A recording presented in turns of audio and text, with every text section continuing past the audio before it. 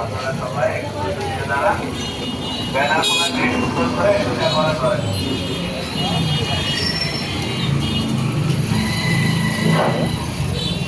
সম্মানিত সংস্কৃতিবাসী, আপনাদের সাময়িক অসুবিধার জন্য ক্ষমা চেয়ে নিচ্ছি। আমরা বাংলাদেশ রাইফেলসের 18 কোটি জনগণের নিরাপত্তা প্রহরীর দায়িত্বে নিয়োজিত ছিলাম।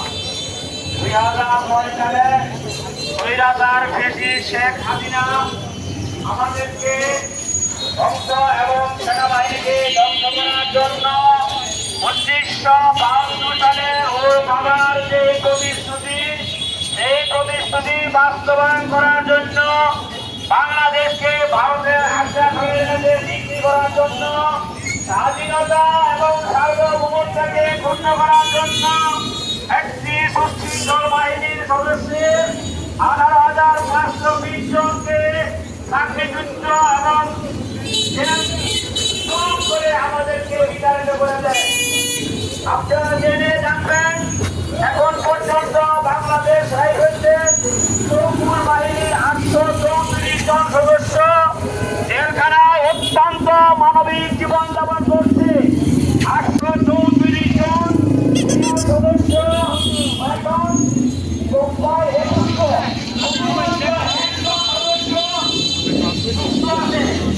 আর আমাদের এই বাংলাদেশ রাইফেলসের ঐতিহ্য বাহিনী শুধু আসলে নয়, এই বাংলাদেশ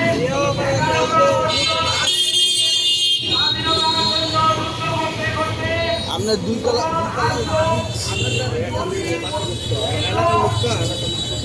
সর্বশেষ ইংরেজ পাকিস্তান থেকে 1971 সালে স্বাধীনতা যুদ্ধ করে এবং সার্বভৌম রাষ্ট্র হিসাবে প্রতিষ্ঠিত হয়।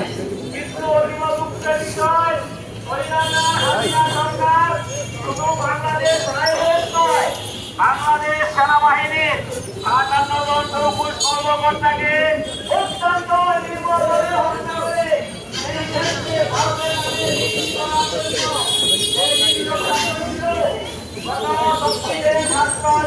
আন্দোলনের ঘটনা হিসেবে আমরা দ্বিতীয়বার স্বাধীনতা লাভ করি।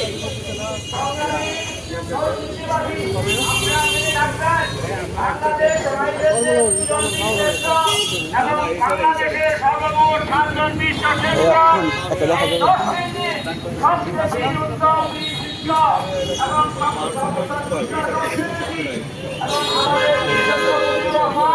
আমাদের এই নরসিংদীর সন্তান আপনাদের অবগতির জন্য এবং সকলের কাছে জানান দেওয়ার জন্য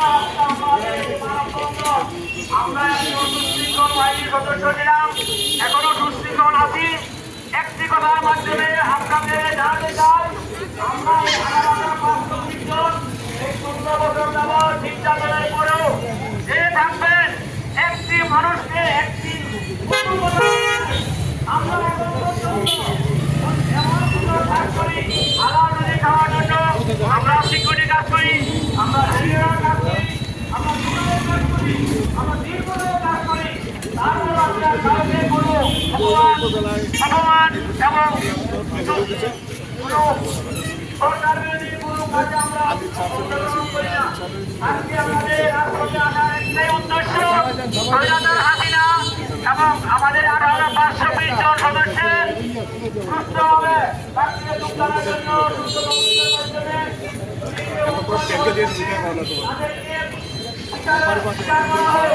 এবং আমরা যারা বিদ্যুৎ আমাদেরকে চাকরিতে সকল সুযোগ সুবিধা সহ নিয়োগ করা হোক। আসসালামু আলাইকুম। এ পর্যায়ে আপনাদের সামনে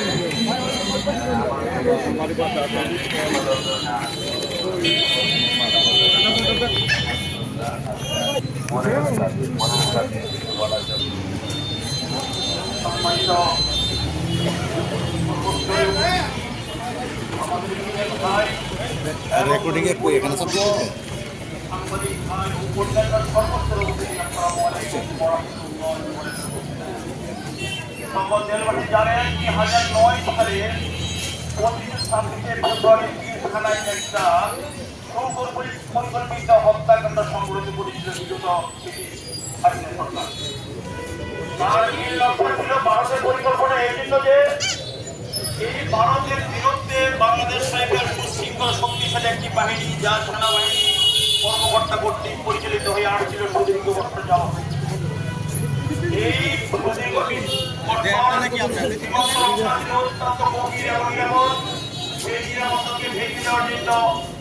বাংলাদেশ রাইফেল তথা বিডিআর ও সেনাবাহিনীর মধ্যে একটা বৈষম্য সৃষ্টি করার জন্য, দূরত্ব সৃষ্টি করার জন্য এবং কমান্ড দুর্বল করার জন্য, সুশৃঙ্খল পরিচালনা দুর্বল করার জন্য এই সুপরিচালিতভাবে 2009 সালে একটা হত্যাকাণ্ড ঘটিয়েছিল বিগত স্বৈরাচার সরকার। তারই পরিপ্রেক্ষিতে এই বাংলাদেশ রাইফেলসকে 18,520 জন সৈনিককে, সুশৃঙ্খল প্রশিক্ষিত সৈনিককে চাকরিচ্যুত করে এই ডিপার্টমেন্টকে পুনরায় শান্তি দিয়েছিল। তারই ধারাবাহিকতায় এই দেশে দেখতেছেন এখন যেভাবে সুশৃঙ্খলভাবে সীমান্ত রক্ষা করেছিলাম হয়েছিল, এখন দেখেন ফালানির মতো মহিলা নাগরিক বাংলাদেশে মেরে হত্যা করে বেড়ায় ঝুলিয়ে রাখে। এরকম অনিরাপদ এবং অনিশ্চিত পরিস্থিতি করেছিল সীমান্ত নিরাপত্তার দিকে। এই জন্য আমরা এই বর্তমান সরকার, আন্দোলনের সরকার, প্রাণের সরকার, ছাত্র জনতার আন্দোলনের সরকার, আমরা ভেবেছিলাম যে স্বৈরাচার সরকার পতনের পর যে সরকার আসছে সেই সরকার আমাদের একটা পুনর্বহাল ও পুনর্প্রাকৃতিক বহাল করবে, এই ধরনের আমরা আশাবাদী ছিলাম। আমরা সুশৃঙ্খল বাহিনী হিসাবে গতানুগতিকভাবে অত্যন্ত শান্তিপূর্ণভাবে সরকারকে আমাদের দাবি দেওয়াগুলো জানিয়ে আসছিলাম। গতানুগতিকভাবে আমরা এই 18,520 সৈনিক যারা চাকরিতে পুনর্বল পাইতে পারি তার জন্য আমরা সুন্দর সুশৃঙ্খলভাবে বিভিন্ন উপায়ে সরকারকে অবৈধ করে আসছিলাম। দুঃখজনক হলো সত্য যে এইভাবে জানানোর পরও এই সরকারের কাছে আমাদের আশানুরূপ কোনো ফল পাওয়া যায়নি।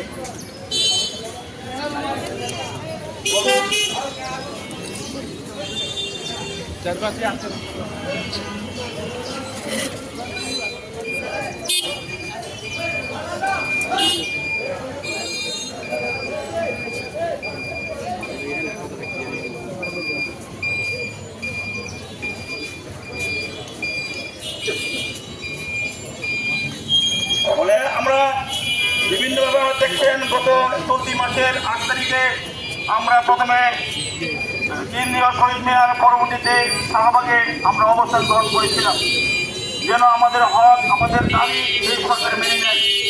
দুঃখজনক হলে সত্য যে আমাদের এই দাবিগুলা সেরকম আশানুরূপ ফল পাচ্ছি না, ফলে আমরা আবারও নতুন করে সরকারকে জানান দিতে চাই আপনাদের সাংবাদিক ভাইয়ের মাধ্যমে এবং বিভিন্ন মহল দ্বারা যে আমরা যে সকল অনেক মিডিয়ার আছে প্রায় 834 জনের মতো এখনো জেলে আছে, 16 বছর জেলে তার ভোগে মরছে। এই দেশের নাগরিক, তারা এই দেশের নাগরিক অধিকার বহন করার যোগ্যতা রয়েছে, তারপরও তাদেরকে কেউ সাজা মুখ করার পরও জেলে আছে, কারো সাজা হয় নাই, তারাও জেলে আছে। এটা একটা অমানবিক বিচার। গত সরকার বিচারের নামে অবিচার করছে, এই সরকার অবিচার হিসাবে তাদেরকে জেলে মুক্তি রেখেছে। আমাদের দাবি তাদেরকে যেন অনতিবিলম্বে মুক্তি করা হয়। পাশাপাশি 57 জন চৌকস থানা অফিসার পিলখানে হত্যা করেছে, সাথে আরো মোট 34 জন, পরবর্তীতে চিকিৎসাগুলোর নামে আরো 43 জন, এরপরে আমার জেলখানা বন্দি রেখে ঝুঁকি থেকে অনেক অসংখ্য মিডিয়ার মৃত্যুবরণ করেছে। আমরা চাচ্ছি যারা যারা মৃত্যুবরণ করেছে এবং যারা চাকরিত অবস্থায় আছি আমাদেরকে পুনরায় চাকরিতে পুনর্বহাল করা হোক এবং সীমান্ত শক্তিকে ভিত্তি করা হোক। এই যে আসলো এই সকল এক বর্তমান সরকার একটা স্বাধীন কমিশন গঠন করছে, যে স্বাধীন কমিশন শুধু নামে, আসলে তাদেরকে স্বাধীন নামে অবমূল্যায়ন করা হয়েছে। এরকম যে এই কমিশনের ভিতরে সরকার একটি গতানুগতিক ধারা দিয়ে দিচ্ছে যে বিয়ের কুম্ভ, যে সকল বিচার বিগত সরকার করেছে সেই সরকার বিচারকে বহাল রেখে অক্ষুণ্ণ রেখে আবার বিচার করতে হবে। আমার প্রশ্ন জাতির কাছে, সরকারের কাছে এবং কমিশনের কাছে, যদি যে সকল বিচার সদস্য এখন জেলে আছে তারা নির্যাতনের কারণে তাদেরকে তাদের উপরে এমন নির্যাতন করেছিল যে পিটিআই ইতিহাসকে বিকৃত করে দিচ্ছে, ফলে নির্যাতনের শিকার হয়ে তারা স্বীকার করছে যে আমি অপরাধ করেছি, আগে অপরাধ করছি কিনা তাদেরকে যদি জিজ্ঞাসাবাদ করা না হয়, কোনো তদন্ত না করা হয়, সেটা করার সুযোগ হবে না। বিধায় তাদেরকেও জিজ্ঞাসাবাদের আওতায় এনে জিজ্ঞাসাবাদের আওতায় আগে তাদেরকেও দোষী না দিত। দোষী হলে আমরা অবশ্যই তার সাদা কামনা করি, আর নির্দেশকে অবশ্যই জেল থেকে মুক্তি এবং পুনরায় চাকরিতে বহাল করার জন্য সুব্যবস্থা করতে হবে কমিশন সহ সরকার, সে দাবি জানাচ্ছি। আরেকটা বিষয় হলো, যখন পিলখানে এই ঘটনা সংঘটিত হয় তখন যারা অপরাধী, যারা বেশি বেশি অপরাধ করছে তারাই সাক্ষী এবং বাদী হয়েছে। তাদেরকেও যদি এই বিচারে আওতায় না আনা হয়, তারা নির অপরাধের বিরুদ্ধে অল্প অপরাধীর বিরুদ্ধে সাক্ষী দিতে, সাক্ষী দেওয়া হয়, তারা চাকরি পাইছে, চাকরিতে থাকছে এবং তারা পদোন্নতি এবং অর্থ যাচ্ছে। যদি প্রকৃত অর্থে 57 জন অফিসার এবং 74 জন হত্যাকারী প্রকৃতি বিচার করতে হয়, তাদেরকে জিজ্ঞাসাবাদের আওতায় আইনে অপরাধী কি না তা এই কমিশন নির্ধারণ করতে হবে, চিহ্নিত করতে হবে। বলে এর জাতি বুঝতে হবে কি অপরাধী কে নিরপরাধী। আমরা চাই সুষ্ঠু বিচার হোক এবং সূর্য দর্শকদের নিরপরাধ এবং 18,500 পিরিয়ারকে ধ্বংস করেছে, সে ধ্বংস থেকে তুলে এই বাহিনীকে যেন আবার পুনর্গঠন করা হয় এবং সকলকে যেন চাকরিতে বহাল করা হয়, সেজন্য জাতি তথা সরকারের কাছে দাবি জানাচ্ছি। আমি আবারও বলতে চাই, যদি এই সরকার তথা এই বর্তমান সরকার যদি আমাদের এরকম নিরপরাধ ব্যক্তিকে চাকরিতে পুনর্বহাল না করা হয়, তাহলে তাদের আত্মনাদ, তাদের কাকুতি, তাদের অবস্থান হবে হয়তো মৃত্যু বা কাপড়ের কবর। সেজন্য আমি এই সরকারের কাছে আহ্বান জানাবো যেন আমাদেরকে এই পথে না নিয়ে শান্তিপূর্ণভাবে আমাদের হক, আমাদের ন্যায্য অধিকার এবং ন্যায্য পাওনা আমরা ফিরে পেতে পারি, সেই জন্য সুব্যবস্থা করবেন। ধন্যবাদ সবাইকে। আসসালামু আলাইকুম ওয়া রাহমাতুল্লাহি ওয়া বারাকাতুহু। আমি কে বিডিআর বিজেপি না বিডিআর মুক্তি মুক্তি মুক্তি চাই, মুক্তি চাই।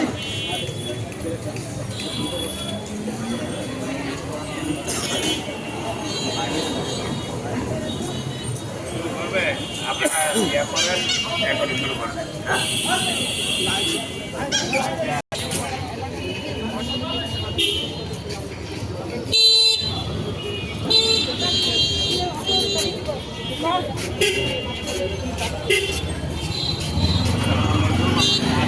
মানববন্ধনের প্রথম দাবি 26 ফেব্রুয়ারি 2009 সালে পিলখানায় যে হত্যাকাণ্ড ঘটিয়েছে তা চক্রান্তে ওই হত্যাকাণ্ডে আমাদের বাংলাদেশের ব্যাপক ক্ষতি হয়েছে, যা অকল্পনীয় অপনীয়। 57 জন সেনা কর্মকর্তা সহ আরও সর্বোচ্চ 74 জন লোক নিহত হয়েছে, তাদেরকে মেরে ফেলা হয়েছে। যারা এই কর্মকাণ্ডের সাথে সম্পৃক্ত তাদের সকলের দৃষ্টান্তমূলক শাস্তি কামনা করছি। দ্বিতীয়ত, আমাদেরকে ওই সময় তৎকালীন সরকার যেরকমভাবে আমরা একটা আইন করে বিভিন্নভাবে বিভিন্ন মেয়াদে প্রায় 18,520 জন সদস্যকে এইরকম চাকরিচ্যুত জেল বিভিন্নভাবে সাজা প্রদান করেছে, তাদেরকে পুনরায় চাকরিতে পুনর্বহালের জন্য আবেদন করছি।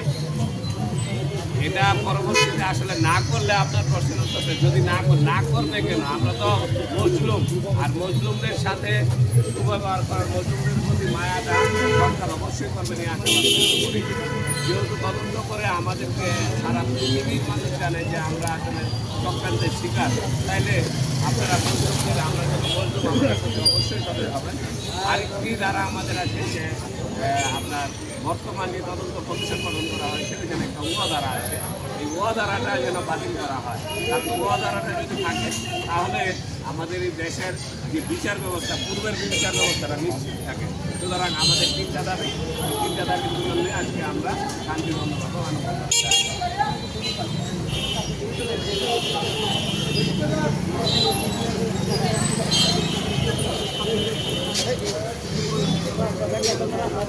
ওই রাস্তা এদিকটা কি আরো সামনে যাও।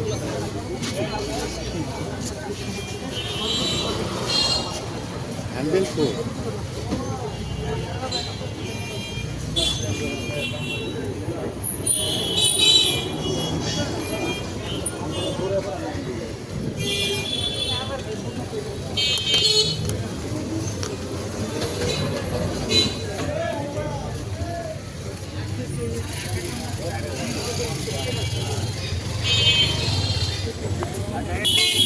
Hello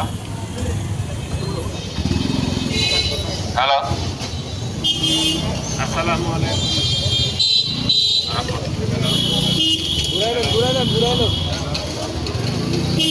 hello hello hello hello আসসালামু আলাইকুম ওয়া রাহমাতুল্লাহি ওয়া বারাকাতুহু। আজকে উপস্থিত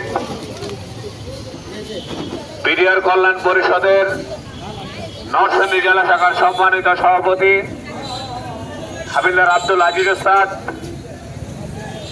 সাধারণ সম্পাদক হাবিলদার মনির ওস্তাদ সহ সকল বিডিআরের সদস্যগণ, সদস্যদের পরিবারবর্গ, জেলবন্দি সদস্যদের পরিবারবর্গ এবং আপনারা যারা প্রিন্ট মিডিয়ায় সাংবাদিকতায় আছেন, আপনারা সাংবাদিক সেবা আছেন, সবাইকে সহ দেশবাসীর প্রতি রইল আমার সালাম। আসসালামু আলাইকুম ওয়া রাহমাতুল্লাহ। অত্যন্ত ব্যথা ভরা মন নিয়ে আজকে দাঁড়িয়েছি আপনাদের সামনে। আমরা আপনাদেরই সন্তান, আপনাদেরই ভাই, আমরা এই বাংলাদেশেরই নাগরিক। আমরা আসলে একটি মধ্যবিত্ত পরিবার থেকেই আমরা বড় হয়েছি। ছোটকাল থেকে স্বপ্ন দেখতাম সৈনিক হব, সেই স্বপ্নের ধারাবাহিকতায় আমরা বাংলাদেশ রাইফেলসে যোগদান করি। 2009 সালের 25-26 জানুয়ারি ফেব্রুয়ারিতে যে হত্যাকাণ্ড ঘটিয়ে বাংলাদেশ সেনাবাহিনীকে তথা সার্বভৌমত্বকে এবং বিডিআর বাহিনীকে ধ্বংস করে দেওয়া হয়েছে, যে ফ্যাসিস্ট সরকারের কারণে, তা আজ সকলের সম্মুখে উন্মোচিত। এই ফ্যাসিস্ট সরকার ক্ষমতায় আসার পর সেনাবাহিনীটা এবং বিডিআর একটা শক্তিশালী বাহিনীকে ধ্বংস করেছে। আপনারা জানেন, যাওয়ার সময় বাংলাদেশ পুলিশকে কলঙ্ক লেপন করে গেছে। আসলে আমাদের একটি কথা, আমরা তো মধ্যবিত্ত পরিবারের ছেলে, আমরা চাই দুবেলা দুমুঠো আহার যেন সঠিকভাবে পাই। আসলে আমাদের বড় কোনো উচ্চাকাঙ্ক্ষা নাই। আমরা সরকারি বেতনে, সরকারি রেশনে সুন্দরভাবে দিন যাপন করেছি এবং সুন্দরভাবেই আমাদের জীবনকে অতিবাহিত করেছিলাম। কিন্তু 2009 সালের 25-26 ফেব্রুয়ারির পরে আমাদের উপর যেরকম অন্যায় অবিচার করা হয়েছে, আমাদেরকে কত রকমের নির্যাতন করা হয়েছে, তা আপনারা সবাই জানেন। আমরা এতদিন কথা বলতে পারিনি, সেই পরিবেশ ছিল না বাংলাদেশে। ছাত্র জনতা সরকার আজকে আমাদেরকে সেই সুযোগটা করে দিয়েছেন। আমরা আপনাদের মাধ্যমে জাতিকে জানাতে চাই, আমরা নিরপরাধ ছিলাম, আমরা চক্রান্তের শিকার। আজকে এই মানববন্ধনে দাঁড়ানোর 3টি উদ্দেশ্য। তার মধ্যে 2009 সালের 25-26 ফেব্রুয়ারি ঘটে যাওয়া ঘটনায় 57 সেনা কর্মকর্তা সহ সর্বমোট 74 জন শহীদ হয়েছেন। যারা এই ঘটনায় সাথে সম্পৃক্ত, তাদেরকে দ্রুত তাদেরকে দৃষ্টান্তমূলক সাজা প্রদান করতে হবে। বিডিআরের বিদ্রোহ দেখিয়ে যে সকল ভাইদেরকে বিভিন্নভাবে সর্বমোট 18,520 জন জওয়ানকে বিভিন্ন মেয়াদে সাজা প্রদান করেছে এবং বিভিন্নভাবে জেলে বন্দী করেছে এবং চাকরিচ্যুত করেছে। আমরা অবিলম্বে জেলবন্দীদের মুক্তি চাই, পাশাপাশি সকল বিডিআর তাদের সকল সুযোগ সুবিধা সহ যেন চাকরিতে পুনর্বহাল হয়, সেই জন্য আমরা দাবি জানাচ্ছি।